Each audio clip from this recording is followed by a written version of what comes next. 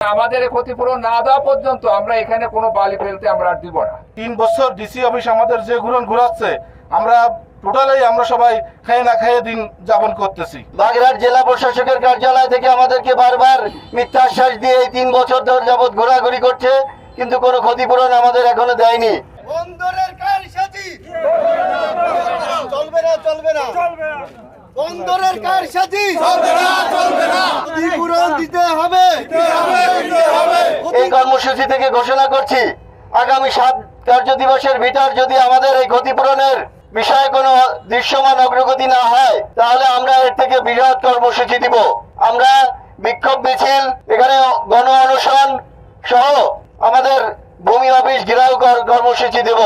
আগামী 7 কার্য দিবসের ভিতর যদি কোনো সুরাহ আমরা এই ক্ষতিপূরণের বিষয় না পাই, তাহলে আমরা বৃহৎ কর্মসূচি দিব ইনশাল্লাহ। কৃষি জমির মালিক আমরা আজকে এখানে উপস্থিত হয়েছি। আমাদের জমির যে ক্ষতিপূরণ দেওয়ার কথা, সেটা পোর্ট অফিস এবং ডিসি সমন্বয়ে আমরা এই টাকাটা ক্ষতিপূরণটা পাচ্ছি না। বিগত 23 সাল থেকে এখানে আমাদের ক্ষতিপূরণ না দিয়ে তারা বালি ফেলছে, এবং যে বালিতে উঠছে, যেখানে মোট জমি আছে 323 একর। এই 323 একর সর্বমোট আমাদের কয়েকবার করে ডিসি সাহেব ডাকছে, পোর্ট অফিস ডাকছে, শুধু আশ্বাসের পর আশ্বাস, কিন্তু আমাদের কোনো ক্ষতিপূরণ তারা দিচ্ছেন এবং দেওয়ার তাদের কোনো চিন্তা ভাবনাও আমরা এ পর্যন্ত দেখি না।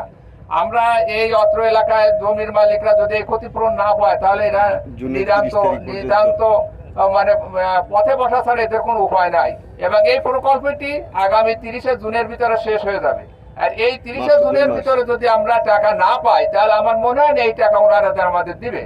সুতরাং আমাদের ক্ষতিপূরণ না দেওয়া পর্যন্ত আমরা এখানে কোনো বালি ফেলতে আমরা দিব না। কৃষি জমি মোংলা বন্দর 323 একর জায়গা নিয়েছে। আমরা এই জমিতে ধান চাষ এবং মাছ চাষ করে খেতাম। এখন আমাদের অনাহারে দিন যাচ্ছে, আমাদের আর কোনো ইনকাম নেই। আমাদের আগে ইনকাম ছিল ঘের এবং ধান, কিন্তু আমরা এখন এই 3 বছর ডিসি অফিস আমাদের যে ঘুরাচ্ছে, আমরা টোটালি আমরা সবাই খেয়ে না খেয়ে দিন যাপন করতেছি।